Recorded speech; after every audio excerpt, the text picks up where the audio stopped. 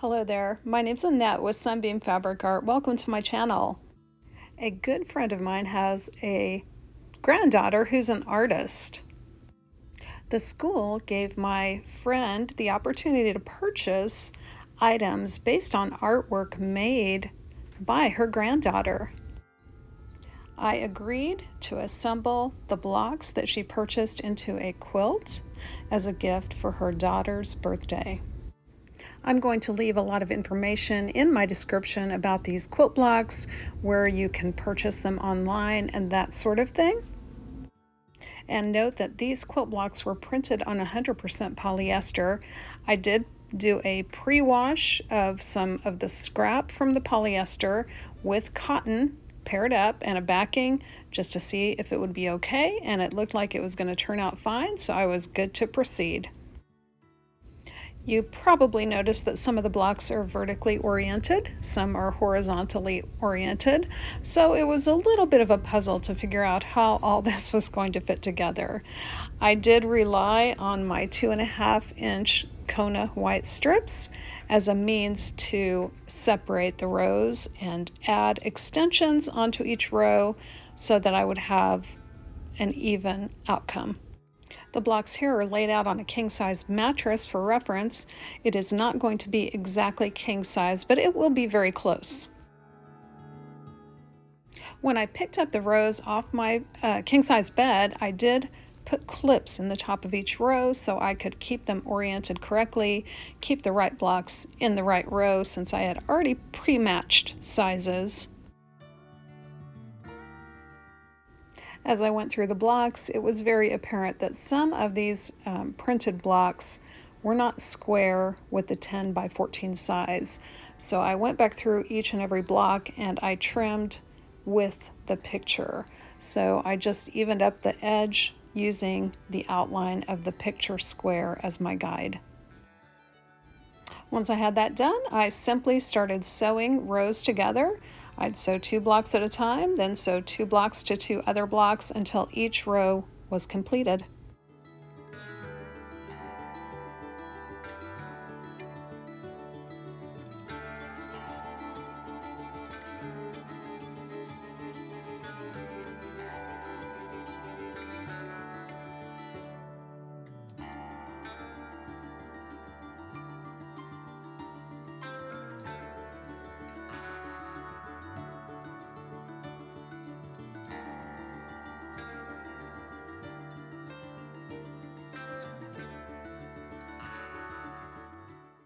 With all 6 quilt rows assembled, I started putting 2.5-inch strips together to make long enough pieces for sashing between my rows. Now, I didn't get a picture, but I did lay out all the rows on the floor, and I figured out which rows needed a little extra on the sides to make them even with the rest of the quilt. So you can see here, I've got my stack of rows, and I have some of the rows that have a couple of little white 2.5-inch strips that I'm going to be sewing on both ends. Some of the rows needed 3 extra strips, some needed 4, some needed 0. As an example row, I'm going to show you this row that needed 4 of these extra widths added onto both sides. So first I sewed 2 of my 2.5-inch strips together, and then I sewed those 2 strips to both sides of this row.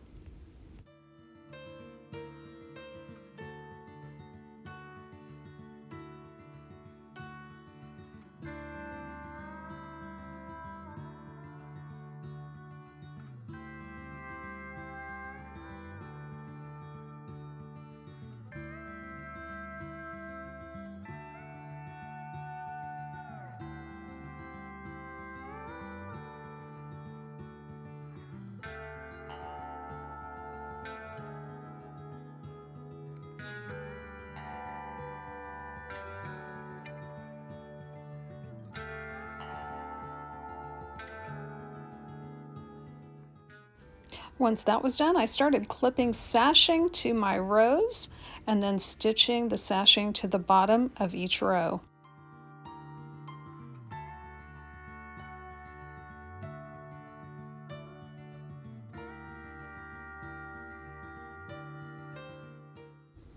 You'll notice here I switched to straight pins for pinning my sashing to my rows.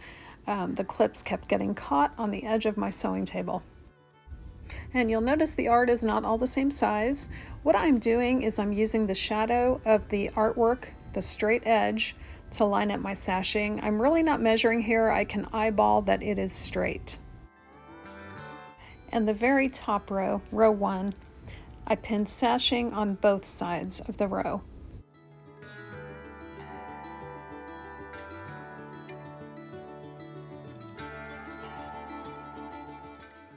With the sashing all attached, I went back and did straight edges again for the sashing on the rows, and that way I could attach the rows together pretty easily.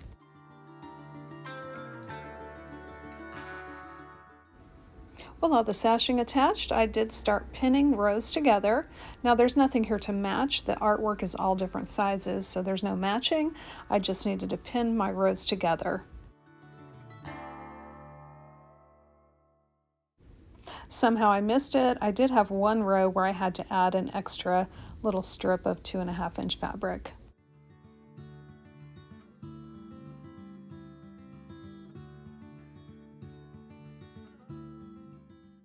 I continued putting rows together until I had all 6 rows finished into one quilt top.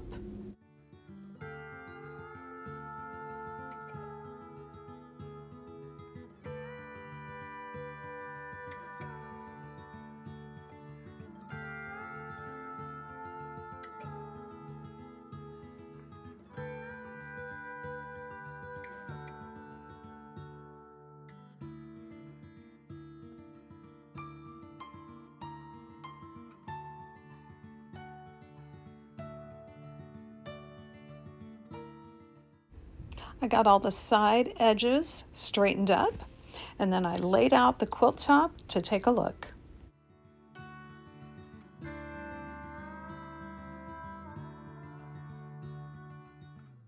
Well, as I mentioned, I could not just put this quilt top on the shelf and forget about it for a while. I needed to finish the quilt.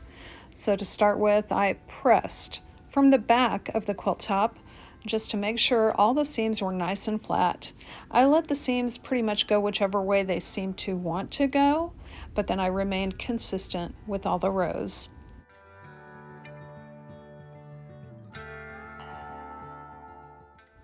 I also took the time to press very well this batik backing fabric. There were a lot of creases, some of them quite deep, so I wanted to make sure those all came out to make this quilt lie nice and flat.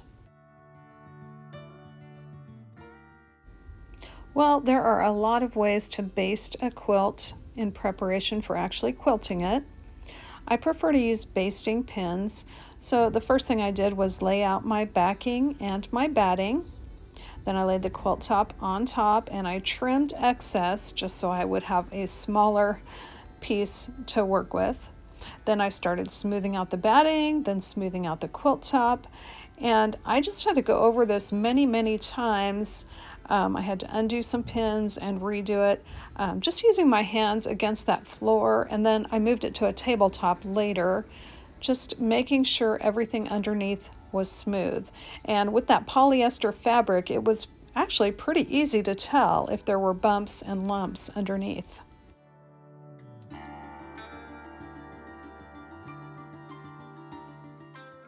And here's where I decided with 2 rows pinned, this is a good time to move it to a table to finish pinning.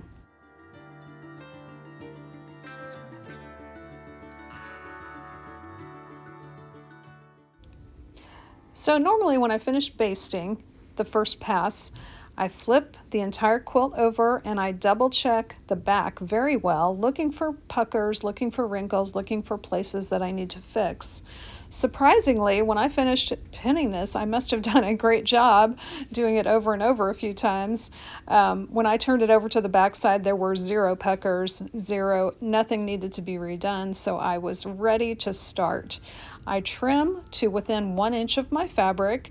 That still gives me a little wiggle room for any fabric stretching on top, which this quilt top did stretch a little bit with that polyester.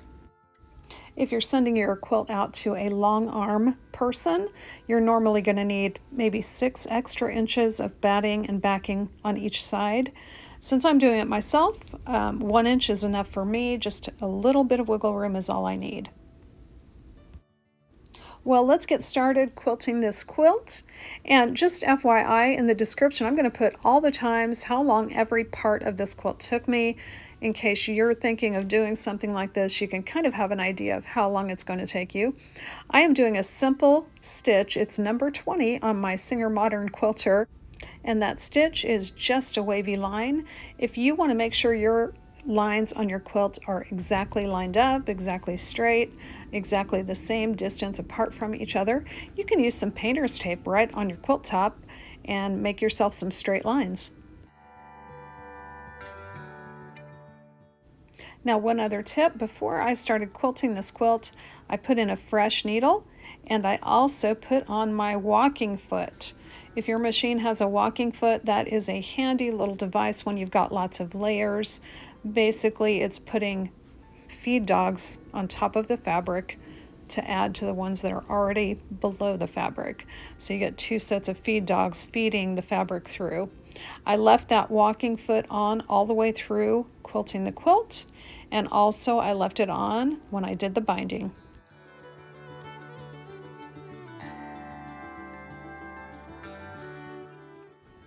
Now, after the first pass, here's a little look at my wavy line. You can see it shows up pretty well on the front and the back. I like to use yellow thread. I use it for practically everything, either yellow or silvery gray. I just like the way it looks. It seems to go with everything.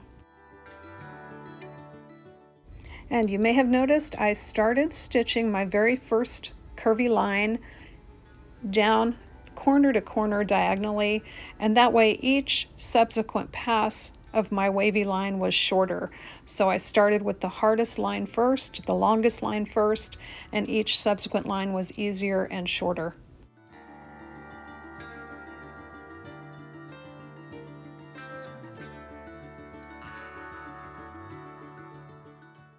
Once all the quilting was done, the next step was to make straight edges on all 4 sides of this quilt.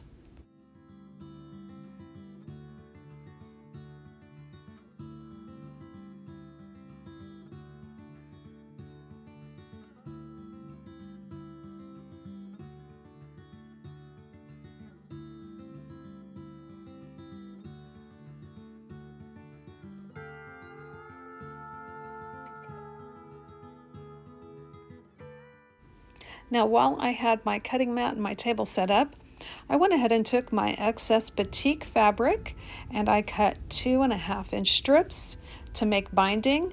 I needed to put some strips together and make a nice long binding strip. I pressed it in half, and then at the beginning end of my binding strip, I folded down a 45-degree angle corner and then folded that binding back in half on the press line. Now I've got a little pocket, and when I get all the way around the quilt, I can tuck my tail end right in. Now I'm going to go ahead and clip the beginning of my binding to the back of my quilt, and I'm going to start stitching probably about a foot after the beginning of my binding.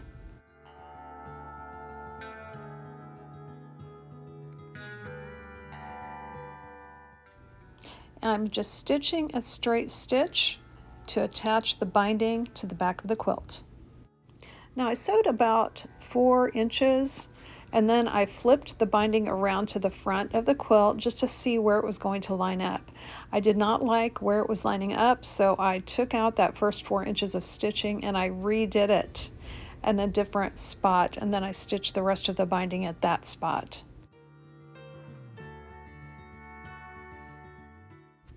Let's talk about corners. When I approach my corner, I stop stitching about 1/4 inch from the end. I turn my needle so it's pointing to the diagonal end of my quilt, and I sew off the edge. I fold that binding back on itself at a 45-degree angle, even with the edge of the quilt. Then I fold it back down and start stitching from the end.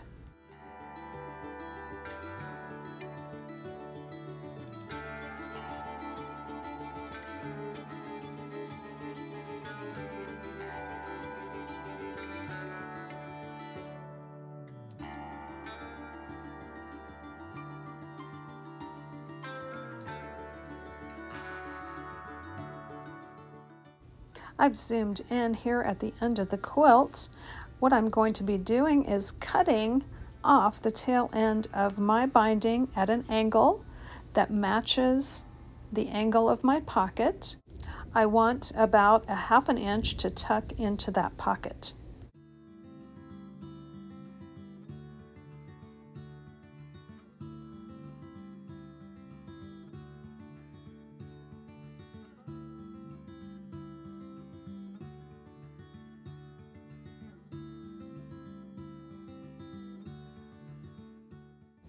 Once that's tucked in, I just finish that seam all the way to where I started. Now I'm going to be flipping this binding around to the front of the quilt and stitching it down to the front of the quilt. When we get to the corners, the little diagonal sew-off that we did allows us to create a little mitered corner on each corner.